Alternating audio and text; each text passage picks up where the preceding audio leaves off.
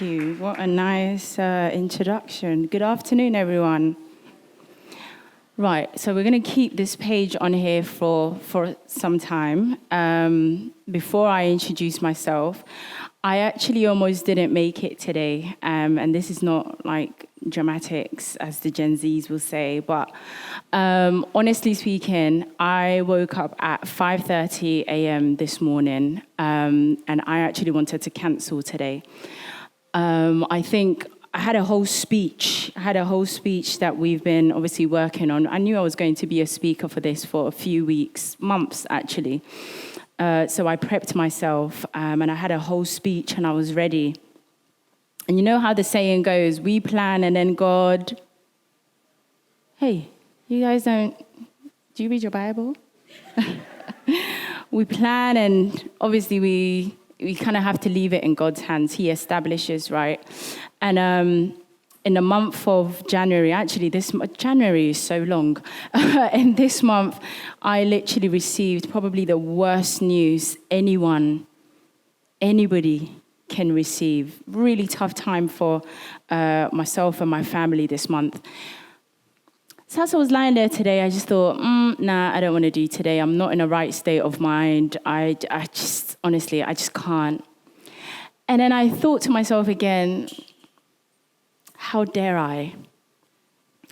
You look at the title, From Ripples to Waves, Create an Impact, and then you've got my sub-theme, the ripple effects from personal growth to national influence, right? And I'm coming to talk to you guys about the importance of consistency. And then I'm coming to talk to you guys about the importance of remaining resilient. And then at 5:30 this morning, I didn't want to do this today. I really, really didn't. I wanted to cancel. And I just thought, how hypocritical of me, right? That I'm going around Ghana and I'm telling people, you must be consistent, you must be resilient, you must be this as a young person. And then I received the worst news I can ever hear as a human being or as an individual. And the first thing I thought about is quitting. And then I had another thought. I literally thought to myself, well, actually, the ripple effect kind of has nothing to do with us. So my situation that I'm going through at the moment and this topic and this event, actually, it goes together very well, right? So the reason why I say the ripple effect has nothing to necessarily do with us is because I want us to do something. And, you know, one speaker has done it today, and I'm so grateful to her because now you kind of already have the picture, right? So we're all going to close our eyes. It's not a trick. We're not doing anything dodgy. Just close your eyes for a minute, right?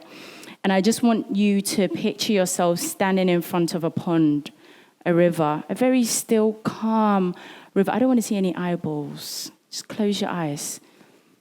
And you're standing in front of a very quiet pond, very quiet river. And you have the tiniest stone. Just think of a stone, little stone. And you throw it in that pond. Now, whether you like it or not, it would make some type of a ripple. Whether you like it or no matter the size of stone you pick up and you throw into that pond, you throw into that river, there will be a ripple effect. Can you picture that for a minute? Yeah? Right. You can all open your eyes. So the reason why I say that is because, and what motivated me to still go ahead with today is because if one person in here is able to just be the one who throws the stone, right? From listening to what we've all had to say today and from what I'm about to say today, I've kind of done my job. And the way it works is that with the ripple effect, when you throw a stone in there into the pond or the river, sometimes the ripples goes beyond our eyesight, right? Sometimes you can't see how far it goes. You just see that you've created something and you pay no attention to it. Now, the reason why I'm so confident in speaking this way is because actually I'm a product of that, right? When we're talking about the ripple effect from personal growth to national influence, I am literally a product of that. So we're going to embark on this talk together, okay? We're going to go together. So join me so that we can go on this journey together. Let me tell you a quick story. So 3 years ago this month, honestly, why does everything happen in January? But 3 years ago this month, I decided I wanted to start my consultancy firm in Ghana. I was so excited, you know, not a Gen Z, but kind of look like one. So I'm a young person, super excited. Just thought to myself, I want to come to Ghana and I just want to work with like-minded people like myself. Don't let the physical fool you. I'm a nerd. I'm a top nerd, top. You can't find anyone nerdier than me, right? So I just decided I want to work with other young people, like-minded like myself. Why not? It's going to be easy. I'm Ghanaian, Mitichi Kakra. Why not? It's going to work out for me. Yeah, wrong. Came to Ghana. No previous research, nothing. I just came with my passion and my excitement and my experience. Because in the UK, I know you can tell from my accent, we actually start working very young. We start working at the age of 15, 3 months before your 16th birthday, because that's when you get your NI card. So I've been working a really, really long time. Not going to tell you my age, just know it's a long time. Came here, I said to my friend what I wanted to do. She said, yeah, great, I can send some CVs over. So people were sending me CVs, had over 20 CVs to go through, narrowed it down to 10, started interviewing people. And I thought, sorry, what's going on here? Brilliant, Ghanaian youth. Absolutely amazing. When it comes to intelligence, nobody can beat us. We are intelligent. We love to study. Our chew and pour system really works. But what I discovered was that we're not employable. I'm adding myself to it, but you know what I mean. The Ghanaian youth, not employable. I had people who had their masters applying for a role of an EA, and I couldn't hire them because they were just not employable. The nerd that I am, I decided, what can I do about this? So I took about 6 months to research, to really do some market research, to find out what is going on in Ghana. Why are so many of us intelligent, but we are not employed? There's a gap somewhere, right? And so did my research in June. By June 2022, I set up. Then I decided I wanted to develop a youth employability training program, right? At first, I just thought, I just want to keep it in-house in my consultancy firm. So anyone who is coming in, you're trained by me and you know how I work. Very firm. I'm like a school teacher. I'm very firm when it comes to my work. We produce the best results, of course. And so anyone coming in, it started off with my EA. I will show her in a minute. There she is.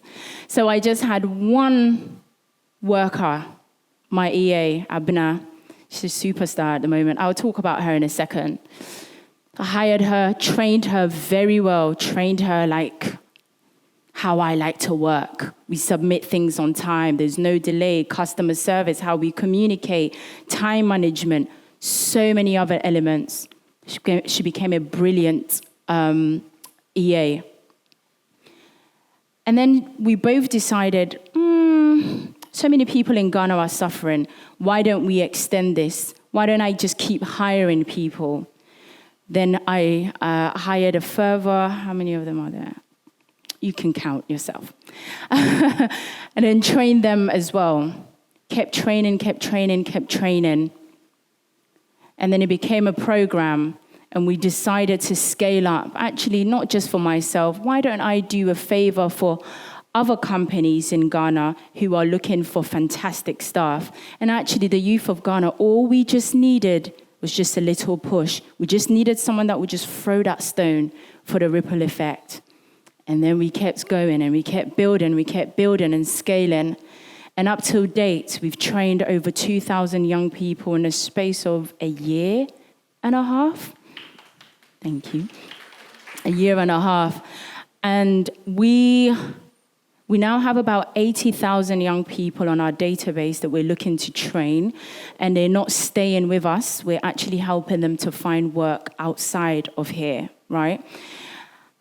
And one of the things that I thought about when I decided to talk about this, just imagine if I had just come to Ghana, I thought, nah, not for me, I'm going back. Then I don't know, the first picture, I don't know what would have happened to Abna. So Abna has actually recently won a scholarship in the States. She's actually going to do her PhD. She's a fancy one, I tell ya. She's going to do her PhD just because somebody decided to throw that stone. So I'm here to encourage you guys, and I'm your last speaker for today, so it's only fair that I encourage you before we end today's event. All of us sitting here, we are actually an effect from someone's ripple. Does that make sense? So somebody had to do something for all of us to come here. I'm standing in front of you all made up. My dad was a mate. Do you know what a mate is? Cho-cho driver. He wasn't even the driver. He was the mate. And here I am today. So I say this to you guys, sometimes the big waves that we want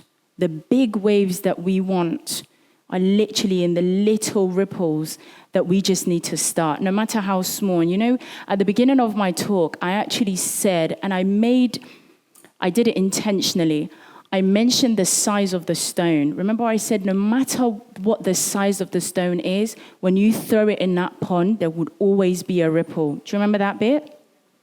So I need you to start now, whatever it is that you've got, whatever idea it is, because the amazing thing about the ripple effect is not just for our immediate surroundings, it's actually for people, some of these people that we've trained are over 2,000 people.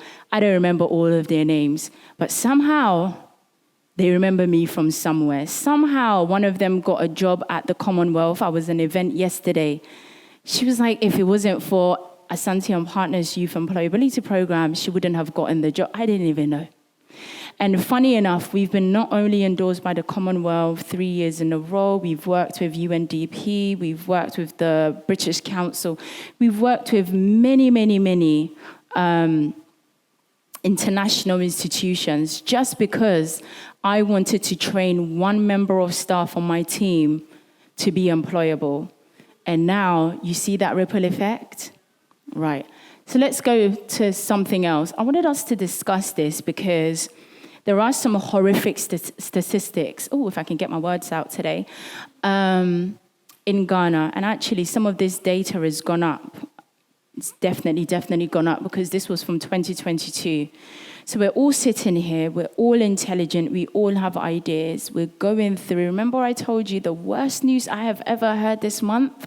We're all going through something. But the power of consistency is making sure that you stay consistent to the vision and not the emotion. Because if I had followed my emotion today, I would be in bed. Do you understand where I'm coming from? All right, so let's talk about this. So we have 1.74 million people aged 15 and above who are currently unemployed. That was in 2022.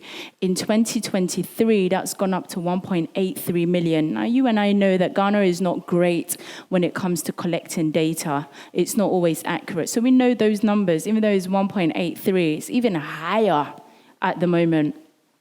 And then it goes on to say a further 1.8 million people aged 14 to 24 are not in education, they're not in employment, and they're not training. So they're just there.